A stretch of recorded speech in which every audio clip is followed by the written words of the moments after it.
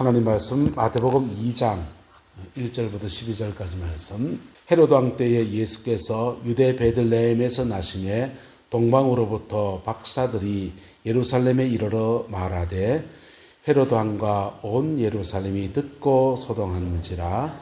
왕이 모든 대제사장과 백성의 서기관들을 모아 그리스도가 어디서 나겠느냐 물으니 이르되 유대 베들레헴이 오니 이는 선지자로 이렇게 기록된 바 또 유대 땅 베들레헴아 너는 유대 고을 중에서 가장 작지 아니하도다. 내게서 한 다스리는 자가 나와서 내 백성 이스라엘의 목자가리리라 하였음이니이다. 이에 헤롯이 가만히 박사들을 불러 별이 나타난 때를 자세히 묻고 베들레헴으로 보내며 이르되 가서 아기에 대하여 자세히 알아보고 찾거든 내게 구하여 나도 가서 그에게 경배하게 하라. 박사들이 왕의 말을 듣고 갈새 동방에서 보던 그 별이 문득 앞서 인도하여 가다가 아기 있는 곳 위에 머물러서 있는지라. 그들이 별을 보고 크게 기뻐하고 기뻐하더라. 집에 들어가 아기와 그의 어머니 마리아가 함께 있는 것을 보고 엎드려 아기께 경배하고 보배함을 열어 황금과 유황과 모략을 예물로 드리니라. 함께 했습니다. 그들은 꿈에 헤로데게로 돌아가지 말라 지시하심을 받아 다른 길로 고국에 돌아가니라. 아멘. 이 말씀의 축복과 은혜가 저와 여러분과 여러분 남은 인생 가운데 함께하게 되기를 예수님의 이름으로 축복합니다. 크리스마스라고 하는 말은 아까 말씀드린 대로 그리스도께 예배하는 날이다라는 뜻입니다. 할렐루야. 정말 주님을 예배하는 저와 여러분 되시기를 예수님의 이름으로 축복합니다. 주님을 예배할 때 우리는 예배에 엄청난 축복이 있어요. 예배에 엄청난 축복이 있는데 여러분 유교의 제사를 보세요. 유세차 이러면서 지방을 붓고 충문을 외치지 않습니까? 충문이 뭡니까? 영을 부르는 겁니다. 귀신을 불러 올리는 거예요. 불러 올리고 왔다고 생각하고 그때부터는 왔다고 상상력을 가지고 그 의식이 진행이 됩니다. 문을 열어 젖히고 문을 오라고 하고 왔으니까 그분에게 조상이라고 생각해서 경배 절하고 절했으니 그분이 한 말씀 하실 거 유지 같은 걸 받는다는 마음으로 무릎 꿇고 조아리면서 무슨 말씀 하실지 곰곰이 생각하고 그리고는 밥 한 술 떠서 드리고 순서가 맞습니까? 잘 모르겠습니다. 밥 한 술 떠서 드리고 그 드실 때까지 기다리고 있다가 드시고 난 뒤에는 이제 그 술잔 가지고 돌리면서 음복하면서 한 잔씩 나누고 그게 이제 유교의 제사지 않습니까? 그 근거가 뭡니까? 영이 온다라는 거죠. 왔으니 그 영에게 경배하고 그리고 그 영이 부모님이라고 생각하니 그 영의 말을 듣고 들은 말을 가지고 곰곰이 생각하고 그 다음에 받은 영이 오면 영은 오거든요. 왔으면 그것을 음복할 때 나눔이 임파테이션 한다. 우리가 성만찬 하잖아요. 성스러운 만찬을 예배 때 성만찬을 하듯이 어둠의 세계에도 어둠의 것들을 나누는 거예요. 그게 이제 음복이라고 하는 겁니다. 근데 그런 그 유교의 제사에도 뭐가 온다고 생각하니까 하는데 우리가 드린 예배, 주님을 하는 예배하는 예배에도 오십니다. 할렐루야. 누가 오십니까? 예수 그리스도가 이곳에 오십니다. 할렐루야. 주님이 오시는 거예요. 주님이 오셨고 그분이 오라고 하니까 우리도 교회 예배 의식을 참 많이 보세요. 보시면은 제일 처음에 묵도합니다. 묵도할 때에 성령의 임재를 기원하는 의식문을 쭉 읽은 거예요. 제가 주로 하는 것들은 하나님은 영이시니 예배하는 자가 영과 진리로 예배할지니라 하면서 오신 성령님께 대해서 이렇게 하면서 이렇게 충문 읽듯이 성령 임재의 기원을 해요. 그리고는요, 그분이 왔으니 그분을 경배하는데 우리 교회에서 일어서서 하잖아요. 그래서 경의를 표하기 위해서 일어서서 하는 거고 전에 교회에 있을 때는 연세들이 많으셔가지고 다들 무릎이 안 좋으시니 앉아 합시다 해서 다 앉아서 하는 걸로 했습니다만은 오신 그분에게 경배의 찬송을 올려드리는데 보통 이제 그분의 경배하는 찬송들이 1장부터 앞부분에 있거든요. 그래서 만복의 근원 하나님 온 백성 찬송 드리고 그분을 찬양하는 곡들로 이제 기뻐하며 경배하세 그분을 경배하는 거예요. 여기에 의식과 똑같아요. 똑같은데 경배의 대상이 다른 거예요. 할렐루야.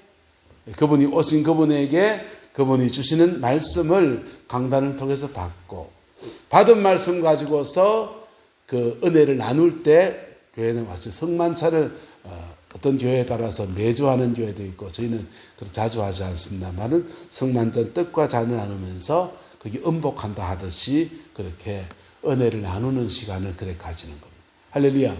근데 어쨌든 예배 가운데 주님이 오신다니까요. 할렐루야. 오시는 그분을 만나는 저와 여러분 되시기를 예수님의 이름으로 축복합니다. 오늘 본문에 여러 사람의 군상들이 나옵니다. 헤롯 왕도 있고요. 서기관도 있고요. 동방의 박사들도 있습니다. 유대인들인 사람도 있고요. 헤롯 왕은 에돔 사람인데 유대교로 개종을 한 사람이에요. 그래서 종교로는 유대교인이지만은 인종적으로는 에돔 사람이에요. 그리고 서기관과 바리새인들은 이 사람들은 유대인들입니다. 인종적으로 완전히 이방인. 에돔족은 이삭의 두 아들 야곱과 에서 중에서 갈라져 나간 거니까 혈통적으로 조금 가까운 사람. 그리고 다양한 인간군상들이 그렇게 만나게 되는데 그중에 예배 영광을 받은 사람은 동방의 박사들 뿐이었습니다. 네. 교회도 마찬가지입니다. 교회도 이런 사람 저런 사람 다 하나님 앞에 둡니다. 그런데요, 이 교회의 예배 안에서 진짜 주를 예배하는 사람들은요, 진짜 주를 예배하는 그 사람들은 예배의 영광을 누리게 됩니다. 할렐루야. 그렇지 않은 사람들은요, 예배 안에서 구경꾼처럼 그렇게 있게 되는 겁니다. 구경꾼이 되어야 됩니까? 주인공이 되어야 됩니까? 여사는 축복합시다. 우리가 예배의 주인공 됩시다. 이거는 어떤 직분에 속해 있지 않아요. 저희 모교에 있을 때 제가 신학교 들어가기 전에 마지막 그 청년으로 있을 때 찬양팀을 이렇게 섬겼습니다. 찬양팀을 섬기는데 부흥회를 했어요. 부흥회를 하는데 오순정 목사님이 오셔서 부흥회를 이렇게 집례하는 겁니다. 부흥회 하는 동안에 교인들은 은혜 받아서 그러는데 우리가 예배인도 찬양인도 했거든요. 찬양인도 하는데 오늘 무슨 곡 할까? 무슨 곡 부를까? 그 준비하고 그러느라고 마음이 그 집회에 정말 집중을 못한 겁니다. 성회가 다 끝나고 난 뒤에 그 인도자였던 분이 영천에 지금 목회하시는 김병목 목사님이라고 계시거든요. 김병목 목사님이 그러는 겁니다. 주희야, 왜요? 형님, 왜요? 그 오순동 목사님 집회가 저 대구 어디 수성구 어디에 조그마한 교회에서 또 있다고 하는데 우리가 그거 한번 가보자 그러는 겁니다. 왜요? 지난주 했잖아요. 그러니까 하는 말이 지난주는 찬양인도 하느라고 그분 설교가 뭘로 하는지 무슨 말 하는지 신경 쓰지도 못하고 집중도 못해가 제대로 못 들었다 그러는 겁니다. 그래서 재탕 부흥회를 갔습니다. 부흥사들이 설교보다 똑같이 하거든요. 똑같은 설교를 계속 반복하는데 그 병목이 형이 그때 그렇게 은혜를 받더라고요. 여러분, 예배가 뭡니까? 좋은 설교 듣는 시간입니까? 종교적 의식을 집례하는 시간입니까? 분명히 그런 거 있습니다. 할렐루야. 찬양의 곡조가 아름답고 화음이 좋고 그럴 수 있습니다. 근데요, 진짜는 주를 만나는 겁니다. 할렐루야. 예수 만나는 예배자 저와 여러분 되시기를 예수님의 이름으로 축복합니다. 예수를 만나는 진정한 예배자 그 사람 되면 놀라운 은혜가 있는데 예배를 만나는 진정한 예배자가 되는 과정에서 이 동방의 박사들 우여곡절을 많이 겪습니다. 처음에는 별을 보고 찾아왔어요. 여러분, 지금 바깥에 나가서 별 보고 예수님 찾으러 다닌다 하면은 무슨 소리 듣습니까? 미친놈 소리 듣습니다. 만약에 교회에서 목사님한테 별 보고 어디 간다 합니다. 그러면요. 집사님 정신 차리세요. 정신 차리세요. 정신 차리세요. 말씀이 위에 있는데 어디 별 보고 쫓아다닌다고 지금 그러겠습니까? 여러분 말씀 따라가시기를 축복합니다. 이 동방 박사들은 이방인이에요. 성경을 몰라요. 성경을 모르고 그 페르시아의 그 별 점성술사들 속에 처녀다리의 해가 될 때 그때 무슨 별이 나타나면 왕이 태어난다라는 전설이 있는 겁니다. 그래서 처녀다리에서 별자리가 반짝반짝할 때 원래는 처녀다리 해인데 왕이 날 때인데 라고 생각이 든 겁니다. 성경입니까? 미신입니까? 미신이잖아요. 미신이에요? 맞습니까? 안 맞습니까? 미신이에요. 하지만 그분들은 예수 안 믿는 사람들이고 성경을 모르는 사람들이니 하나님이 그 동방의 박사들에게는 미신 속에서라도 깨우쳐 주시는 거예요. 할렐루야. 주님이 마음을 낮추셔서 동방의 박사들 이방인들에게는 미신이라도 그에게 깨우침을 주는 겁니다. 한국교회 이상한 현상 중에 한 개가 점치러 갔다가 예수 믿게 된 사람 의외로 좀 있다는 거예요. 점치러 인생이 막 막혀가지고 점치러 갔는데 점치는 사람이 방울 딱 흔들더니 야 내가 예수 믿어야 되겠다. 그런 경우에 들어있다는 겁니다. 또는 특히 믿음이 희미한 사람들이 믿음이 희미한 사람들이 인생의 풍파가 오면은 고민이 돼가지고 누가 신통방통하다는데 점치는 데 찾아갔더니 예수 그래 믿어야 되겠나? 똑바로 믿어라. 그럼 된다. 그래가지고 전바치한테 갔다가 은혜 받고 온 사람들이 꽤 있다는 겁니다. 전바치한테 가기 좋습니까? 나쁩니까? 옳지 않은 일입니다. 하지만 하나님은 때로는 전바치라고 하는 세상 속에 독한 그런 이방의 종교를 쫓아도 심지어는 사용하실 수 있다라는 것입니다. 이걸 자연계시라 그래요. 뭐라고 한다고요? 자연계시. 자연계시를 통해서라도 주님이 동방의 박사들에게 유대인의 왕으로 날 리가 어디 계시냐라는 마음을 주시고 그 별 따라서 계속 걸음걸음 옮겨서 가는 마음을 주셨습니다. 그들은 그 말 따라서 순례자의 길을 걷습니다. 그런 헤롯궁에 와서 유대인의 왕으로 난 네가 어디 있습니까? 그의 별을 보고 그에게 경배하러 왔습니다. 예배하러 왔습니다. 그랬더니 헤롯 왕이 온 예루살렘에 소동하고 그런데 모든 대제사장과 백성의 서기관들을 다 모아서 그리스도가 어디서 나겠느냐라고 물으니까 여칠일금하는 말이 이르되 유대 베들레헴이 오니 이는 선지자로 이렇게 기록된 바 유대 땅 베들레헴아 너는 유대 고을 중에서 가장 작지 아니하로다. 내게서 한 다스리는 자가 나와서 내 백성 이스라엘의 무엇이 되리라? 목자가 되리라 라고 성경 펴서 말씀해 주는 거예요. 할렐루야. 훌륭한 일 했죠. 성경 펴서 말씀해 주는 겁니다. 근데 성경 펴서 말씀해 준 이 사람들이 동방의 박사들과 함께 그 그리스도에게 예배하는 사람이 됐습니까? 안 됐습니까? 그거는 별거 문제예요. 여러분, 예배자가 되는 여정에서 넘어야 될 산들이 몇 가지 있는데 방해들이 있다는 겁니다. 첫 번째, 헤롯이라는 방해입니다. 세속주의의 방해입니다. 진정한 예배자가 되는 여정 안에서 우리가 뛰어넘어야 될 것들이 있는데 세속주의예요. 지금 오늘 시대는 세속주의가 심각한 시대입니다. 그래서 너무 마음이 뺏길 일이 많아요. 예배가 뭡니까?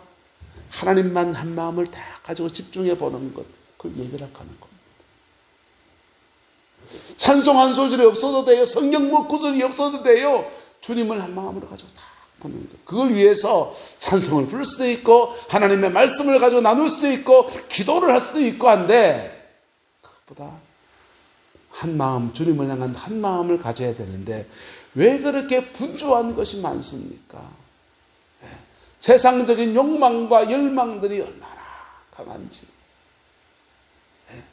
판판이 노는 사람이 없습니다. 요즘 최저시급이 그 많은 때 하니까요. 바깥에 나가서 뭘 하려고 달아들면 다 돈이요. 그래서 남자고 여자고 애들이고 간에 시간만 나면 알바하고 해갖고 열심히 돈 벌려 합니다. 그런데요, 그렇게 하면서 우리 안에서 세상 것에 대한 열망들이 가득 차더라고요. 심지어는 이 세속주의 열망은 죄된 것으로 나타나요. 죄된 것으로. 헬레니즘이 유대 나라를 온 세계를 이렇게 주중회를 점령해 들어갈 때 헬레니즘 세계의 유대교가 유대인 지도자들이 우리가 따르겠습니다 라고 하면서 타협점을 잡은 게 뭐냐 하면 성전 옆에다가 스포츠 경기장을 세운 겁니다. 성전 옆에 스포츠 경기장을 세우고 연극장을 세웠어요. 성전 예배 드렸어요. 성전 예배 드리는데 그 옆에 스포츠 경기장이 있습니다. 그래서 스포츠 경기장이 얼마나 재밌는지 재미를 극대화시키려고 남자고 여자가 다 발가벗고 나오는 겁니다. 남성의 그 건장한 몸을 다 보여주는 것이 쇼다, 최고다 하면서 남자고 여자가 벌거벗고 나옵니다. 벌거벗고 나와서 원반 던지기 하고 창 던지기 하고 벌거벗고 나와서 격투기 하고 씨름하고 막 얼마나 재밌는지 그거 보는 게 낙이에요. 근데 그것 때문에 매일 벌인 상번제, 성전에 매일 제사를 드리거든요. 매일 상번제를 드리는데 상번제 예배가 예를 들면 5시라면 그 축구 경기장, 원형 경기장에서 스포츠 경기장에서 경기가 진행되는 시간이 2시부터 해서 6시까지. 이게 시간이 막 겹치면요. 예배 시간 바꿔가지고. 상번제 예배 시간 바꿔놓고는 그 스포츠 경기를 즐기는 거예요. 그리고 그 연극장인데 연극장에서 그 당대의 철학자들이 나서서 연사로 나서서 막 강연을 합니다. 심리학 강연하고 철학 강의하고 뭐 이런 얘기하면서 세상 돌아간 이치에 대한 얘기하고 그러는데요. 여러분, 사람들이 종교적인 열망, 신앙의 열망, 하나님을 예배할 때 쓰는 그 열정과 열망을 획 되돌려서 스포츠 경기장에서 그냥 막 인간의 즐거움을 발산해 나가는 그 축제의 장을 만들어 놓고 지적으로 자기 깨달아야 되고 배워야 될 것들은 원형 경기장 옆에 있는 그 연극장에서 강연자를 통해서 강연을 들으면서 지적인 거 채워나가고, 그게 세속주의의 모습들입니다. 여러분, 진정한 예배자가 되는 여정에서 오늘 시대는 이 세속주의의 방해가 너무너무 심합니다. 이건데 반면 말하면 뛰어넘어야 되는 겁니다. 할렐루야. 극복해야만 되는 것입니다. 할렐루야. 그럴 때 하나님 앞에 시간을 내놓을 수 있어요. 두 번째는 종교인들의 방해입니다. 서기관들은 율법의 말씀을 잘 알아요. 성경은 성경대로의 귀한 가치가 있습니다. 성경의 지식을 아는 것은 굉장히 중요한 가치예요. 그것을 지키고 적용해 가는 것은 대단히 중요한 문제입니다. 이게 서기관들의 하는 일이었지만은 여러분, 교회 안에서 종교적인 열정을 가지고서 성경 연구하고 종교적 열정을 가지고서 교회에 어떤 봉사할 수도 있고요. 수고할 수도 있는데 종교인들의 특징은 종교적 열정을 가지고 있지만은 예배하지 않는다는 겁니다. 예배 의식 안에 있지만은 예배하지 않는다는 것입니다. 그럴 수 있는 겁니다. 종교적 의식 안에서 다른 사람을 예배를 집례할 수 있지만은 저는 예배자가 아닐 수 있는 겁니다. 세 번째는 신비주의의 문제입니다. 동방의 박사들은 별을 보고 찾아왔습니다. 하지만 별이 인도할 수는 없습니다. 우리에게는 명확한 말씀이 있습니다. 사단은 이런 것들 속에서 덫을 놔놓고 진정한 예배자가 되지 못하게 방해하는 겁니다. 근데 이걸 뛰어넘어서 하나님께 예배하는 게 방법이 뭔지 압니까? 한번 따라합시다. 하나님 앞에 정직함으로. 하나님 앞에 정직함으로. 하나님 앞에 정직함으로. 공간도 뛰어넘고요. 장소도 뛰어넘고요.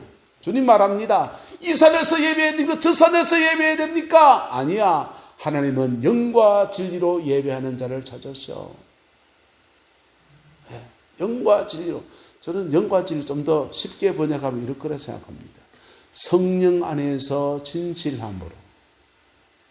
성령 안에서 진실함으로 예배하면 주님이 사마리아 성에 하든지, 예루살렘 성에 하든지, 내남 제일교회에서 하든지, 딴 교회에서 하든지, 아니면 화장실 안에 앉아서 하든지 간에 그 예배를 받으십니다. 할렐루야. 그 예배를 받으면 어떻게 됩니까?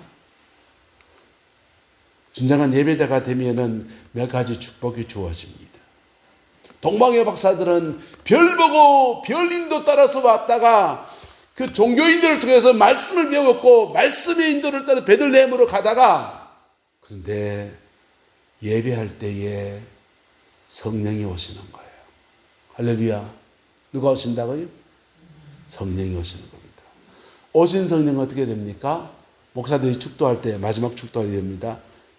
지금은 우리 구주 예수 그리스도의 은혜와 우리 하나님의 그 크신 사랑과 성령님의 그다음 뭡니까?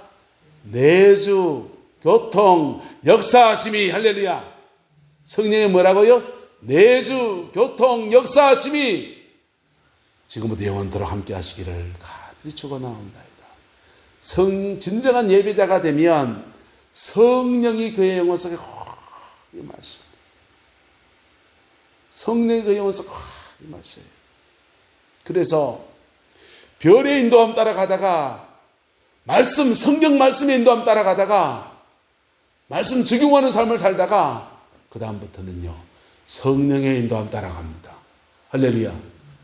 옆 사람 축하해서 성령님이 당신을 인도하십니다. 성령의 인도함을 따라가는 거예요. 그럴 때 주님과 동행하는 사람이에요. 주님과 동행하는 사람이에요. 주님과 동행하다 보면 동행의 깊이가 깊어지면 내 삶의 문제들을 만나고 삶의 어려움들을 만날 때 인생의 고비들을 만날 때 주의 어떤 사역을 감당해야 될 때 주님과 동력하는 기쁨이 주어집니다. 오신 성령이 따라합시다. 내주하는 성령, 임하시는 성령, 역사하는 성령. 에덴 동산 성령 세 가지거든요.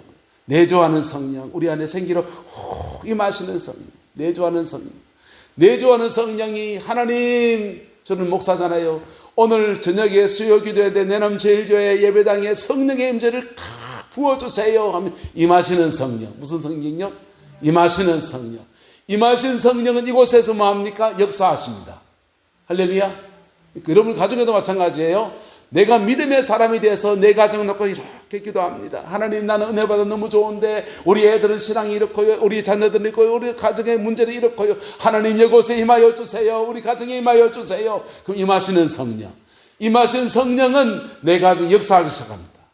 역사하는 성령. 한번 따라합시다. 내주하는 성령, 임하시는 성령, 역사하는 성령. 목사가 되면요 예배가 제일 어려운 게 뭔지 압니까? 주일 낮 예배예요. 부목사 때는요 담임 목사님 욕을 많이 합니다. 저도 많이 했습니다. 왜 욕 많이 하느냐? 주일 낮 예배 설교 들으니까 뭐 설교를 저래 하시노? 이런 생각이 좀 드는 거예요. 네. 그리고 부목사들은 예배를 언제 설교하냐? 새벽 예배 설교하고요, 수요일 저녁에 설교하고, 오후 예배 때 설교하고. 오후 예배 때 설교하고 수요일 새벽기도 설교하고 이러는 거는요, 오시는 성도님들이 신앙의 수준이 좀 있는 사람이 올까요? 맹탕이 올까요?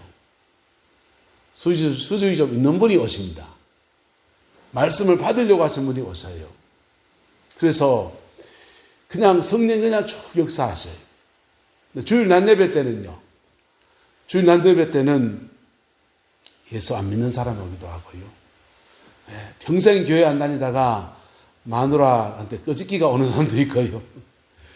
일주일에 성경책 한 번도 안 펴보다가 먼지 폴폴 나는 책에 툭툭 틀고 주일에 오신 분들이 거의 대반이에요. 그때 정말 필요한 게 뭐냐 하면 따라 성령님이 얼마나 임하시는가. 얼마나 임하냐에 따라서 역사하는 깊이가 달라지거든요.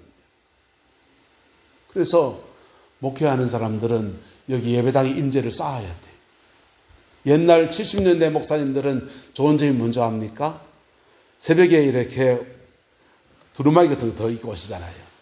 옛날 목사님들 한복 같은 거 더 입고 오시면요, 밤새도록 막 철하면서 기도하면서 방언하고 한 사람들이 밤새 기도가 났어요. 기도가 쭉 쌓여 있어요. 쌓여 있는 속에서 말씀을 전하면 그 말씀 안에서 성령이 그 말씀 붙들고 막 역사하기 시작하는 거예요. 얼마나 신나겠어요. 그때는 너무 가난해서 교회가 그냥 성미 드리고 그냥 사례비도 못 드려서 늘 굶는 게 일이었지만은 목회 하나만큼은 너무 신난 목회였다고. 어쨌든 그때 주님과 동역하는 은혜, 할렐루야. 동행합시다. 동역합시다. 축복합시다. 동행합시다. 동역합시다. 할렐루야. 예배자에게 주어지는 축복이. 진정한 예배자가 되어지면 주님과 동행하는 것들을 배워다가 주님과 동역하는 은혜가 주어지는데, 동역할 때 이 우리 안에서 뭐가 역사냐? 따라서 황금과 유향과 모략입니다. 보세요. 황금은요, 예수님의 왕되심을 말해요. 왕되심을. 유향은요, 주님이 선지자 되심을 말합니다. 모략은요, 모략은 시신의 그 부패를 방지하는 방부제로 넣는 거거든요. 그래서 썩지 않게 하는 능력입니다. 저와 여러분 안에 황금과 유향과 모략 같은 예수님의 역사가 우리 안에 가득하기를 주의 이름으로 축복합니다. 주님을 예배할 때 우리 안에는요, 번쩍번쩍 빛나는 황금 같은 게 있어요. 때로는 우리가 인생의 길을 모를 때 그름그름 주의 음성을 듣고 주님의 인도함을 받을 수 있는 선지자적 은혜가 우리에게 주어져요. 세상 속에 살아가면서 세상에 끌려가지 않고 세상에 무너지지 않고 세상에 타락하지 않는 제사장적 은혜가 우리에게 주어지게 됩니다. 순례자의 길을 걷는 자에게 세 가지 목이가 있습니다. 황금이에요. 할렐루야. 예배하는 자에게 황금 같은 은혜가 주어집니다. 주님이 내 인생의 왕 되시고 그 삶의 문제 속에서 주님이 왕 되셔서 헤쳐나가시는 은혜가 주어지는 거예요. 오늘 이렇게 장로님이신 손기철 장로님이 치유사역을 하시고 하면서 책을 한 거 썼습니다. 책을 한 거 썼는데 그 책의 내용은 뭐냐면요, 하나님 자녀의 권세에 관한 얘기예요. 권세에 관한 얘기. 자녀의 권세는 어떻습니까? 보세요. 하나님 이거 대주세요, 저거 대주세요, 하나님 도와주세요 라고 하는 것들은 우리가 주님을 간청하는 거예요. 근데요, 하나님 자녀의 권세를 가지고 있으니 떠나갈지어다, 문제는 풀어질지어다, 선포의 권세입니다. 할렐루야. 누구이기 때문에? 우리가 왕의 자녀이기 때문에. 할렐루야. 저와 여러분 왕의 자녀입니다. 하나님께 진정한 예배를 드리는 사람은 예배 속에서 그에게 황금 같은 은혜가 주어지는 거예요. 왕권을 가진 역사가 나타나는 것입니다. 하나님께 예배하는 사람은요, 그 영혼 안에 모략이 있어요. 세상 속에 살아가지만 세상에 함몰 내지 아니하는 자신을 지켜가는 은혜들이 그렇게 주어지는 겁니다. 그래서 신화에 그런 얘기가 나옵니다.